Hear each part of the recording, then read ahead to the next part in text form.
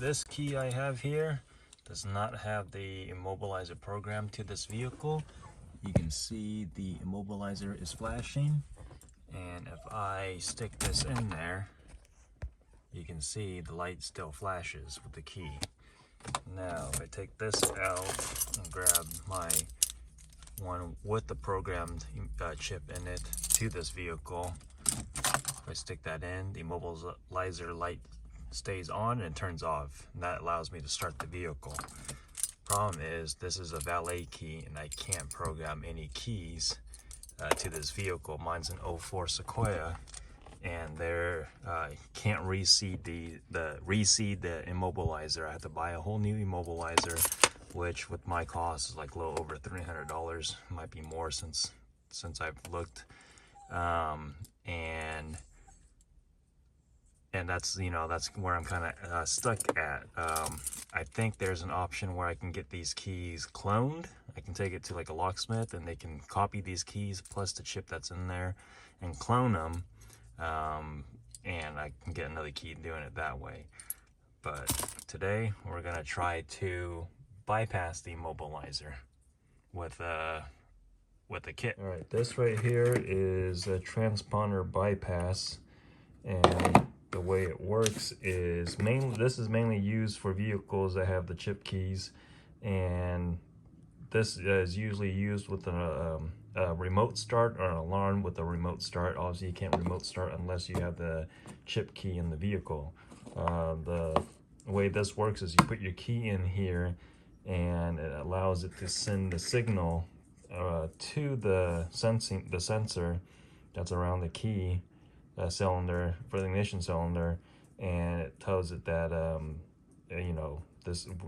we have the chip key in here, and it allows you to start the vehicle. What I'm gonna do is use this to bypass it. Obviously I'm gonna have to forfeit one of my keys in here. I'm hoping to get one of my keys cloned, and I'm gonna cut the key portion off and just have the chip portion in here.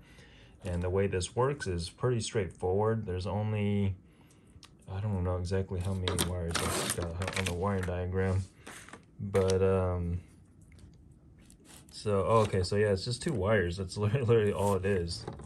The other one plugs into this, the harness, and the other one just has 2 wires, which is constant 12 volts, and the other one is a ground, and that's the one you usually connect to your alarm, and your alarm will basically act as the trigger to turn this thing on and off. But what I can do is put this on a switch. Obviously it'll be a hidden switch somewhere in the vehicle. I can flip the switch and it'll ground this out, allowing this to send the signal to the ring that's in there that senses the chip. I plan on adding I'm hoping to add remote start, so I will tie this into the remote start once I get to that portion. But for now, I'm gonna run this on a switch and see if it'll work. Got my chip key that's in here. This is what it looks like inside the box. All it does is just takes the signal from there and it sends it out to wherever the key sense, the immobilizer sensing is, which is usually around the ignition cylinder. Like I said, I plan on getting this key cloned, and I'll be cutting off the rest of this, and all it's gonna have is just the chip portion that's in there. This will be hidden in the vehicle. So. All right, just to show, this is the key. You can see the immobilizer light flash. If I stick this key in there, the immobilizer light does not turn off, and it keeps flashing. That means I can't start the car with this key. Now, I got my transponder bypass thing, has the chip key that's in here, and the way this works is basically it's going to send the signal from the chip key to this ring, and I haven't found the exact spot where I need this to be. I just been messing with it. I took this off just so I can get a better idea of where I need to put this ring around to where it would pick it up and work. So right now, even though I have the ring around it, it's still not turning it off, because the way this thing works is one side connects to power from the box. One side I did add a fuse, and it's connected to constant power. One of these fuses in here, I just took a voltmeter and found one that had power no matter what. And then the other side is what controls it. This is the side you normally wire up to your alarm. I plan on doing the same thing, wiring to alarm, but until then, I'm just gonna hook this up. I'm just gonna hook it up onto a switch. But for this test, you can hear it kick on. There's apparently a relay in this little box. So I just need to find a spot where I can hook this on. Oops. I got it hooked up to a ground right now. And so I'm going to try to capture both of it. You can see the immobilizer still light, still flash. And there should be a spot where I can put this on. I think I need to use the key. So we'll stick the key in. See, oh, there it is right there. You can see immobilizer turn on. Same key, you can see right here. That didn't start it before. I got it around the ring. Starts it. So this, now, if I put it, so I just got to find a way to keep this around there. I'm hoping to keep this still around the cylinder, because this is supposed to go around here like that. So I got to find a way to fit this behind it. It's probably gonna go like this, and I'll put this back over it and see if that will work. So I was hoping to have the ring. I mean, the location right now, it's not a good spot, because once I put the cover back on, you can't really sit there. So if I did it like this, you can see the immobilizer lights flashing. Again, the same key that won't turn it off. It's still flashing. So I gotta literally, if I just put my hand around it, like somehow my hand amplifies the signal a little bit and it turns it off. You can see the immobilizer light turned off.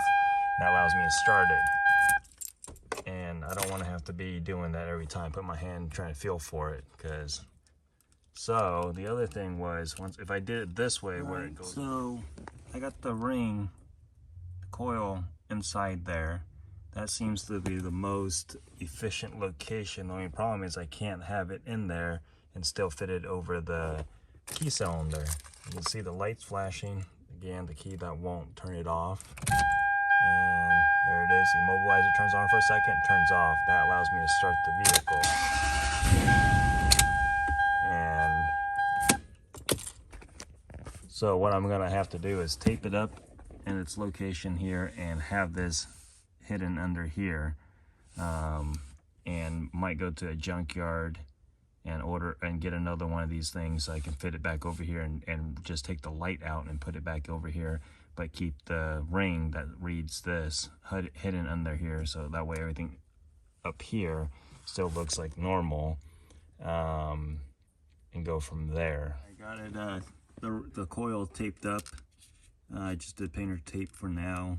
May redo it later, but I threw 2 zip ties on there, keep it from backing out. And now this is gonna have to live under here somewhere. I'm gonna have to relocate this, obviously.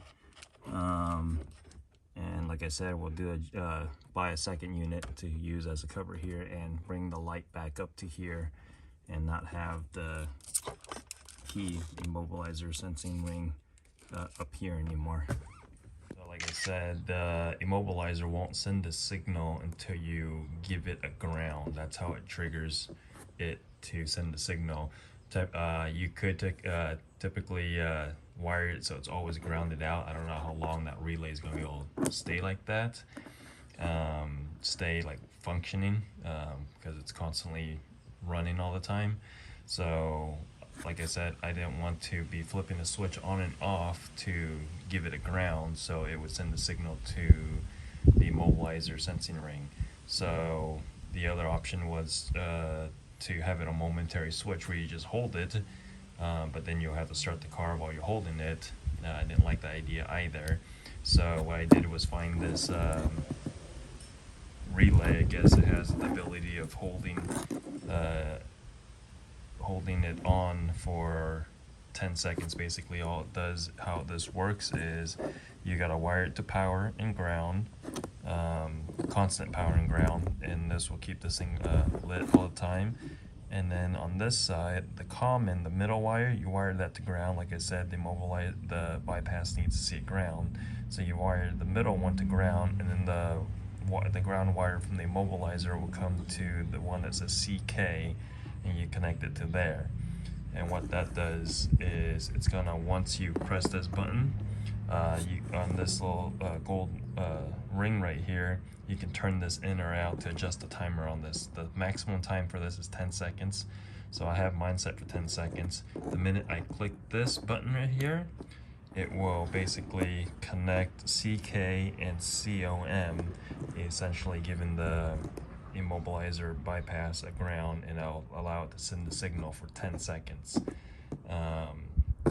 This is how it comes. I had to find a spot to hide this, and find a spot to run the switch.